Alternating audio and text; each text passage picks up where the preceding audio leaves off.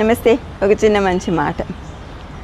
మనం జీవితంలో ఎప్పుడన్నా ఫెయిల్ అయ్యామనుకోండి, అనుకున్నది సాధించలేకపోయాము, న్యాచురల్గా నిరుత్సాహపడతాము. కానీ అట్లా నిరుత్సాహపడకుండా నూతనోత్సాహంతో ఉల్లాసంగా ఉత్తేజంగా ముందుకు సాగడం అనేది అలవాటు చేసుకోవాలి. ఎట్లాగంటే ఒక అందమైన బౌల్ ఉందనుకోండి మన ఇంట్లో, ఏదో పొరపాటున తగిలి పగిలిపోయింది. చాలామంది ఏం చేస్తాము, దాన్ని బయటపడేస్తాం పగిలిపోయింది కదా అని. కానీ కొంతమంది ఏం చేస్తారు, క్రియేటివ్గా ఆలోచించి దానికి రంగులు అద్ది కుందన్స్ పెట్టి ఒక కొత్త పీస్ని తయారు చేస్తారు. ఎంతో అందంగా ఉండే పీస్ని తయారు చేస్తారు. రిపేర్ చేసినట్టు ఎవరికి డౌట్ రాకుండా చేస్తారు. అట్లాగే మనం కూడా జీవితంలో ఓడిపోయినప్పుడు కొన్ని పాజిటివ్ క్వాలిటీస్ని గుర్తు తెచ్చుకున్నామనుకోండి, అలవాటు చేసుకున్నామనుకోండి, మన జీవితం కూడా అద్భుతంగా ఉంటుంది.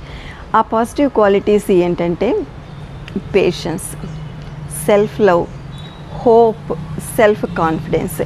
ఇట్లాంటి పాజిటివ్ క్వాలిటీస్ని అలవాటు చేసుకోవడం వలన నూతనోత్సాహంతో అనుకున్నది ప్రతిదీ కూడా చక్కగా సాధించగలము.